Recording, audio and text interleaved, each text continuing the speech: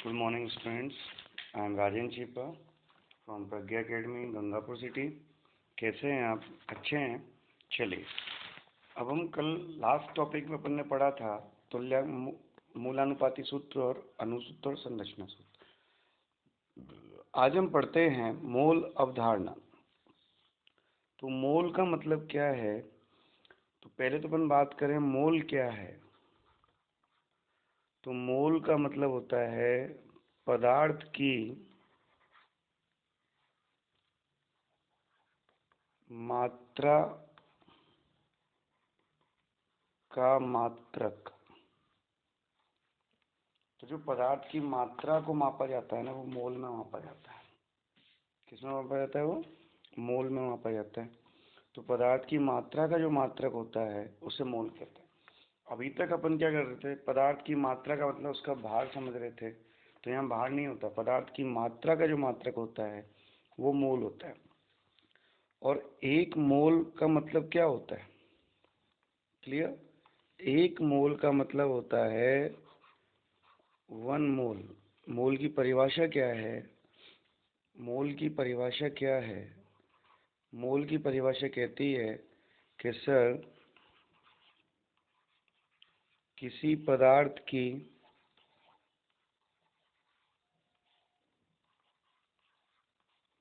वह मात्रा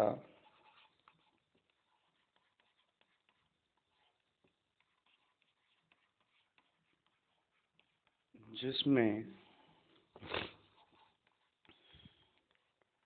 कणों की संख्या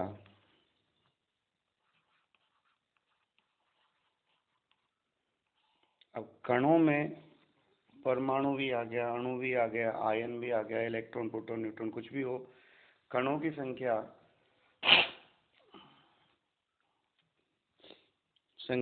कार्बन 12 के 12 ग्राम में उपस्थित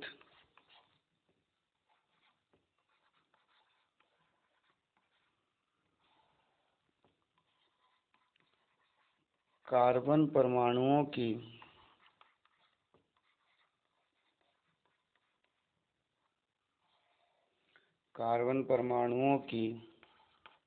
संख्या के बराबर होती है। संख्या के बराबर होती है, मोल कहलाती है।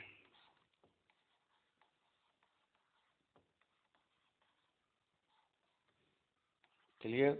तो एक मोल का मतलब क्या है? एक मोल का मतलब है पदार्थ की वह मात्रा जिसमें कणों की संख्या कार्बन 12 के 12 ग्राम में उपस्थित कार्बन परमाणुओं की संख्या के बराबर होती है, वो एक मोल कहलाता है।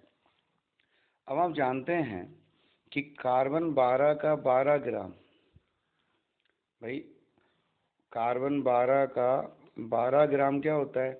तो कार्बन का परमाणु भार तो है 12 AMU, और यदि इसके पीछे ग्राम लगा दें तो इसे कहते हैं अपन कार्बन का ग्राम परमाणु भार। क्या कहते हैं इसको? कार्बन का ग्राम परमाणु भार। क्लियर? तो ये कहलाएगा आपके कार्बन का ग्राम परमाणु भार। क्लियर? इसका मतलब ग्राम परमाणु भार के बराबर हो गया एक मोल। क्लियर? अब यहाँ पे अपन देखें, आपने कहा था ये सभी तत्वों के ग्राम परमाणु भार में परमाणुओं की संख्या समान होती है, और कितनी होती है? वो होती है 6.023 इंटू 10⁻23 परमाणु। तो इसका मतलब जो एक मोल होगा, उस एक मोल में कितने कण होते हैं? उस एक मोल में कण होते हैं 6.023 इंटू 10⁻23 कण होते हैं। क्लियर? और यहाँ जो कण का मतलब है, यहाँ कण से मतलब क्या है?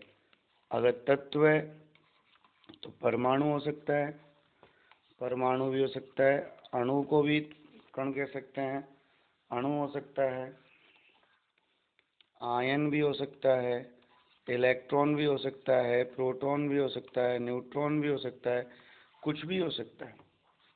तो ये है एक मोल। तो एक मोल का मतलब अगर मैं सिंपल भाषा में बात करूँ आपसे, तो एक मोल का मतलब होता है कि पदार्थ की वह मात्रा जिसमें 6.023 इंटू 10⁻23 कण उपस्थित होते हैं, एक मोल कहलाता है।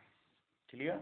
इतने अगर परमाणु है तो इतने परमाणु चाहिए, अणु है तो इतने ही अणु चाहिए, आयन है तो इतने आयन चाहिए, इलेक्ट्रॉन है तो इतने इलेक्ट्रॉन चाहिए, प्रोटॉन है तो इतने प्रोटॉन चाहिए, और न्यूट्रॉन है तो इतने ही न्यूट्रॉन चाहिए। तो ये कहलाएगा आपके एक मोल। क्या कहलाएगा ये? एक मोल कहलाएगा। अब अपन बात करें तो 1 मोल बराबर क्या था? कार्बन का ग्राम परमाणु भार आ रहा है, तो सभी तत्वों का ग्राम परमाणु भार हो जाएगा, ग्राम परमाणु भार। अगर ये अणु है तो ग्राम अणु भार भी हो जाएगा। एक मोल का मतलब ग्राम अणु भार को भी एक मोल ही कहते हैं। आयन है तो ग्राम आयन भार भी एक मोल कहलाता है। ये आपको मैंने पहले ही बताया था। क्लियर? अब आप देखें यहाँ पर,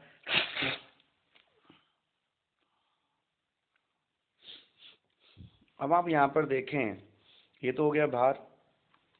अब इनमें कणों की संख्या कितनी होगी? वही 6.023 इंटू 10⁻23 कण होते हैं एक मोल। मतलब परमाणु है तो इतने परमाणु, आयन है तो इतने आयन, और अणु है तो इतने अणु।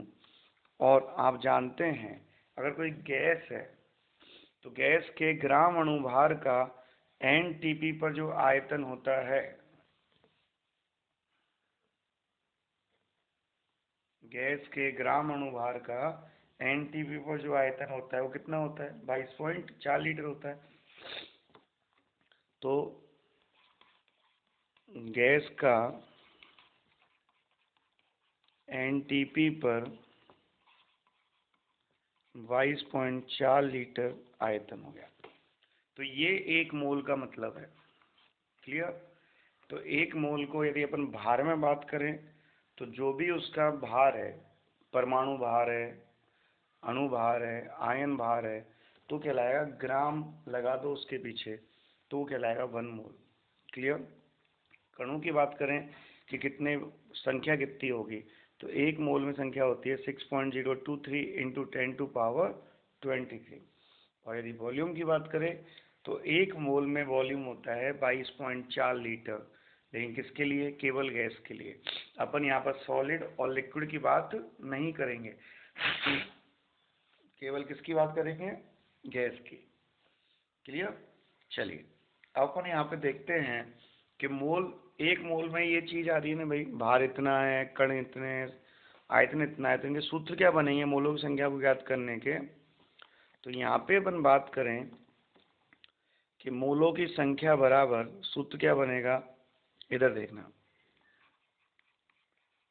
मोलों की संख्या निकालनी है आपको। तो सूत्र क्या बनेगा? मान लो आपको पदार्थ का भार दे रखा हो, क्या दे रखा हो आपको? पदार्थ का भार दे रखा हो। तो ये आपने पहले निकाले हैं, ग्राम अणु भार, ग्राम आयन भार, इन सब में निकाले हैं। क्लियर? तो ग्राम अणुओं की संख्या को अपन ने मोलों की संख्या कहा था, तो पदार्थ का भार दे रखा है। अब यदि पदार्थ तत्व है तो यहाँ पे ग्राम परमाणु भार से भाग देना है ना? आप ग्राम नहीं लगा तो सिंपल परमाणु भार से भाग दे देंगे, अपन कोई दिक्कत ही नहीं है। परमाणु भार से भाग देना है। और अगर पदार्थ आणविक अवस्था में है तो उसके अणुभार से भाग देना है। तो अगर आणविक अवस्था में तो अणुभार से भाग देना है, या परमाणुविक अवस्था में है तो परमाणु भार से भाग देना है, और आयन अवस्था में है तो आयन से भाग देना है। अब यहाँ पे मान लो आपको कणों की संख्या दे रखी है, कणों की संख्या दे रखी है, तो किसका भाग देना है? जो एक मोल में होती है। तो एक मोल में कितने कण होते हैं आप देखिएगा, एक मोल में कण होते हैं 6.023 × 10⁻23। इस संख्या को अपन कहते हैं आवोगाद्रो संख्या। क्या कहते हैं? आवोगाद्रो संख्या। तो यहाँ पे भाग किसका लगेगा? यहाँ भाग लगेगा 6.023 × 10⁻23। क्लियर? इसे हम कहते हैं Na भी कहते हैं।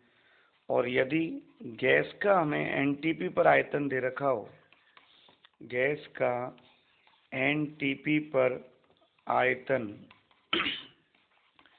दे रखा हो, वो भी लीटर में, तो हम यहाँ पर जानते हैं कि भाई 1 मोल गैस का एनटीपी पर आयतन कितना होता है? 22.4 लीटर। तो 22.4 से भाग लेंगे यहाँ पे, तो यहाँ भाग लगेगा आपके 22.4 से। कोई दिक्कत? तो ये है मोलों की संख्या निकालने के सूत्र। तो ये वही सूत्र है जो आपने पहले निकाले थे ग्राम अणुओं की संख्या में। बस यहाँ पर अब ग्राम अणुओं की जगह मोल आ गया। मोल में तो परमाणु भी आ सकता है और अणु भी आ सकता है। क्लियर? फिर यहाँ पे अपन बात करें, जैसे आपको कह दे क्वेश्चन, एक क्वेश्चन कह दिया आपको कि सर 5.6 ग्राम Fe में मोलों की संख्या क्या होगी? ओके। Fe का परमाणु भार दे रखा है आपको 56। क्लियर? अब आप देखिए यहाँ पर क्या दे रखा है आपको? भार दे रखा है, ग्राम है तो भार है। तो यहाँ पर आपको पदार्थ का भार दे रखा है और पदार्थ किस अवस्था में? तत्व के रूप में है, Fe के रूप में है। तो पदार्थ जब तत्व के रूप में है, किसके रूप में है? तत्व के रूप में है, तो हम भाग देंगे परमाणु भार का। तो यहाँ जो बनेगा सूत्र वो क्या बनेगा? वो सूत्र बनेगा मोलों की संख्या बराबर, मोलों की संख्या बराबर, यहाँ पे क्या आएगा? पदार्थ का भार बट्टे तात्विक अवस्था में। तो हम किसका भाग देंगे? तत्व है तो परमाणु भार का भाग देंगे। तो यहाँ पर पदार्थ का भार कितना दे रखा है आपको? पदार्थ का भार क्वेश्चन में दे रखा है 5.6 ग्राम और परमाणु भार कितना है? 56। तो यहाँ पर हो गया 5.6 बट्टे 56 बराबर 1/10 मोल। कितना मोल आ गया? 1/10 मोल। क्लियर? कोई दिक्कत है तो बताइए। अब जैसे आपसे कह दे कि निम्न में मोलों की संख्या ज्ञात करिए, है ना? क्वेश्चन में दे दिया आपको कि भाई किस किस में ज्ञात करना है। जैसे आपको यहाँ कह दिया क्वेश्चन में कि निम्न में मोलों की संख्या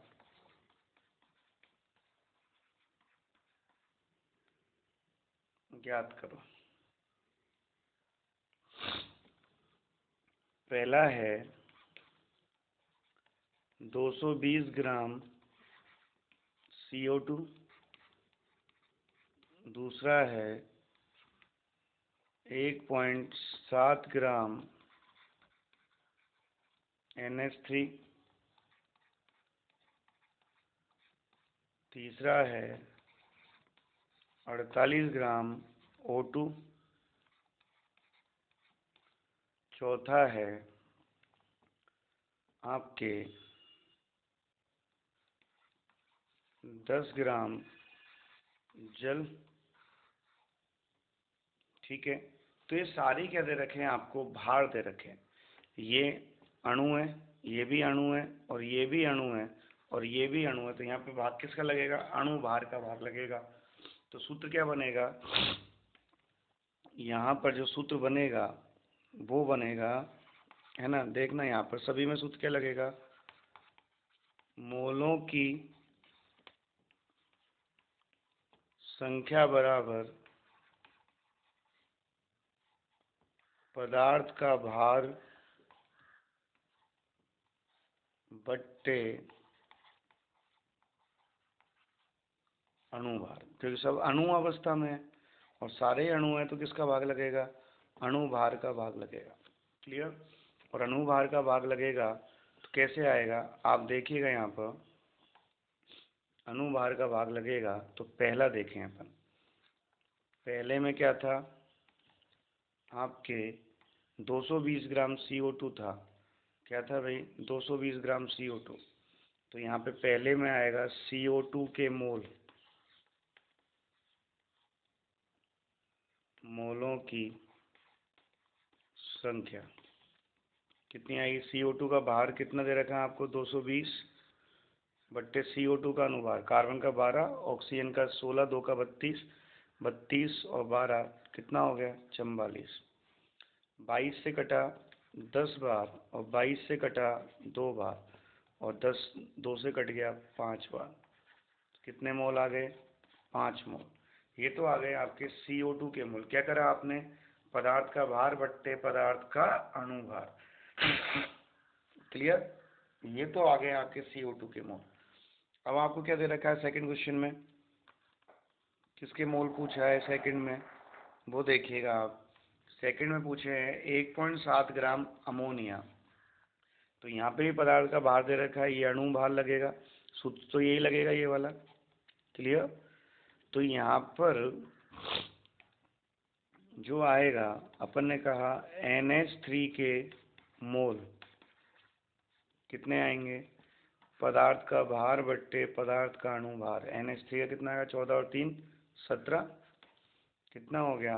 1/10 मतलब 0.1 मोल। क्लियर? फिर थर्ड की अपन बात करें, थर्ड में अपन बात करें तो थर्ड में क्या दे रखा है? 48 ग्राम ऑक्सीजन दे रखा है। ये भी भार दे रखा है तो यही सूत्र लगेगा और यही सूत्र लगेगा तो अपन कैसे निकालेंगे? आप देखिएगा यहाँ पर O2 के मोल, O2 का भार कितना दे रखा था आपको?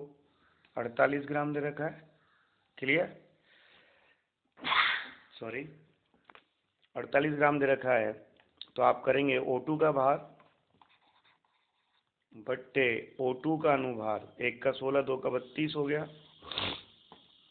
16 से 3 बार, 16 से 2 बार और 3/2 मोल लिख दो या 1.5 मोल लिख दो। कोई कन्फ्यूजन? चलिए, और फिर लास्ट में क्या दे रखा है आपको?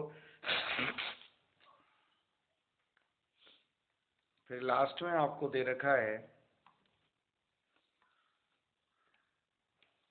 10 ग्राम H2O। क्या दे रखा है? ये भी भार दे रखा है तो यही सूत्र लगेगा।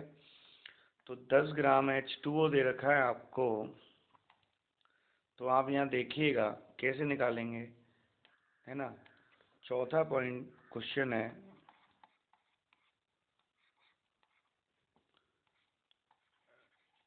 H2O के मोल कितना आएगा? पदार्थ का भार बट्टे अणुभार। तो H2O का भार आपको दे रखा था 10 ग्राम, अणुभार हो गया कितना? 18। तो 10/18 आ गया आपके। अब इसको आप चाहें तो तोड़ सकते हैं। 18 पंजे 90, 0.5 बार बचे 10, 18 पंजे 90, 18 पंजे 90 तो 0.55 मोल हो गया। क्लियर? कोई कन्फ्यूजन? चलिए, तो ये था आपके मोलों की संख्या ज्ञात करने का तरीका। कोई प्रॉब्लम है तो आप बताइएगा मुझे। क्लियर? फिर अपन यहाँ बात करें, आपको जैसे क्वेश्चन दे रखा हो और क्वेश्चन में क्या बोले आपसे? क्वेश्चन में बोले कि निम्न में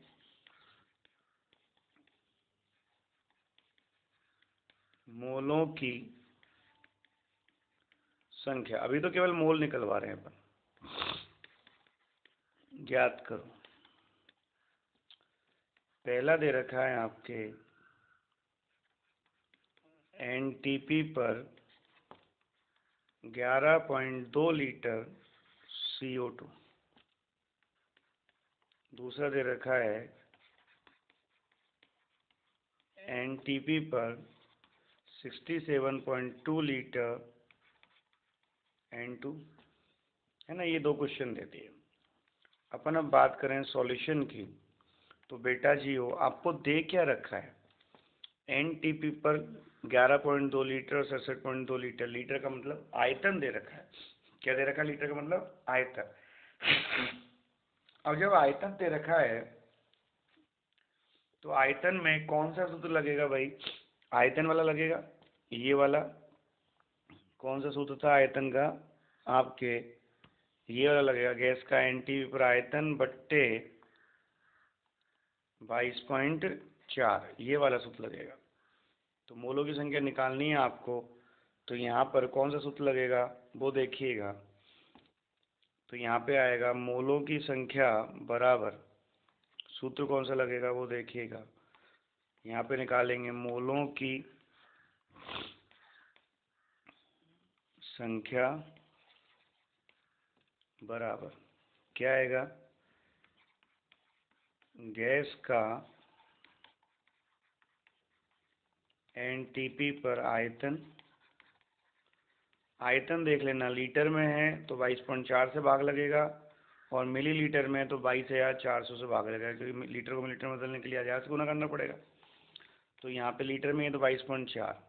तो पहला क्वेश्चन देखो, अपन बात करें CO2 के मोल कितने आएंगे। CO2 का NTP पर आयतन कितना है? 11.2 लीटर है। तो 11.2 बट्टे 22.4 बराबर आ गया 1/2 मोल।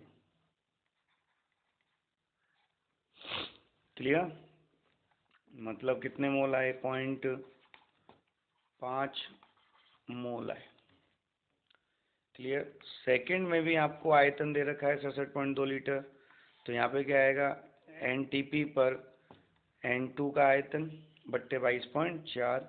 तो यहाँ पे आ जाएगा N2 के मोल बराबर कितना? 67.2, ये आयतन हो गया, बट्टे 22.4। कितनी बार गया है? 3 बार गया। तो कितना आंसर आ गया? 3 मोल आंसर आ गया। कितना मोल आंसर आ गया? 3 मोल। क्लियर? अब और क्वेश्चन देखें अपन। ये हो गया मोलों की संख्या में कौन सा वाला? आयतन वाला। पहले था भार वाला। अब मान लो आपको कणों की संख्या दे रखी हो। क्या दे रखी हो आपको? कणों की संख्या दे रखी हो, और कहे आपसे निम्न में मोलों की संख्या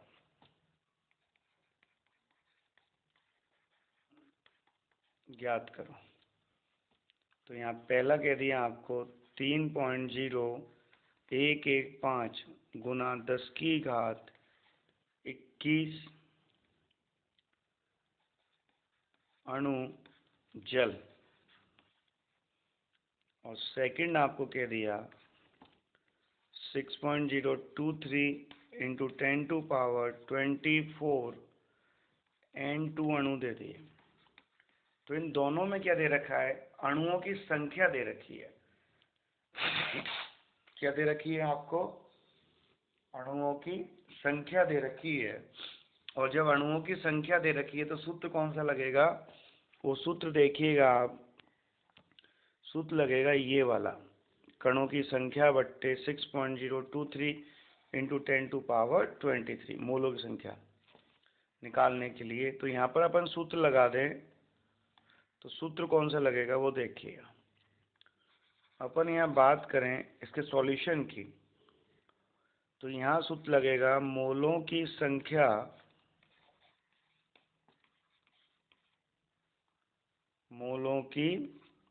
संख्या बराबर, यहाँ पे क्या आएगा? कणों की संख्या बट्टे किससे भाग देना? 6.023 इंटू 10⁻23। ठीक, ये कभी कभी 6.022 भी हो सकता है ना भाई। तो यहाँ पर अपन बात करें पहले की, कि सर H2O के मोल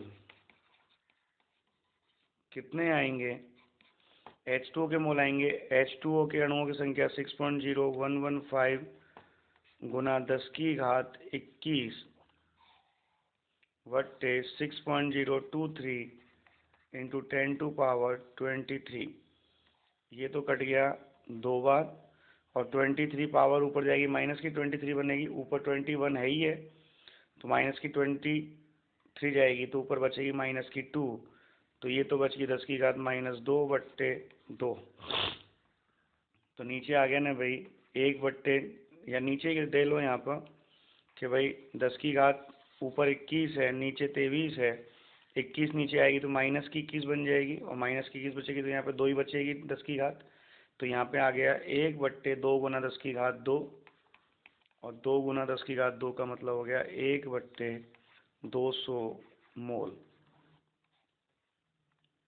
क्लियर। अब आप ऐसे सेकंड निकाल लें,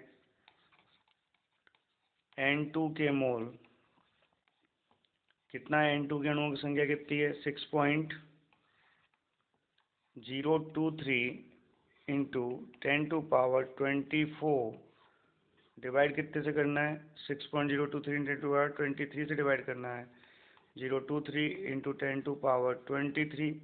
ये तो कट गया एक बार, पावर 23 ऊपर जाएगी, माइनस की 23 ऊपर 24 है, कितना बचेगा 1, और 10 की घात 1 का मतलब होता है 10 मोल्स। कोई कन्फ्यूजन। ये था मोलों की संख्या निकालने का तरीका। कोई प्रॉब्लम है तो आप बताइए। Thank you. क्लियर है यहाँ तक, कोई दिक्कत।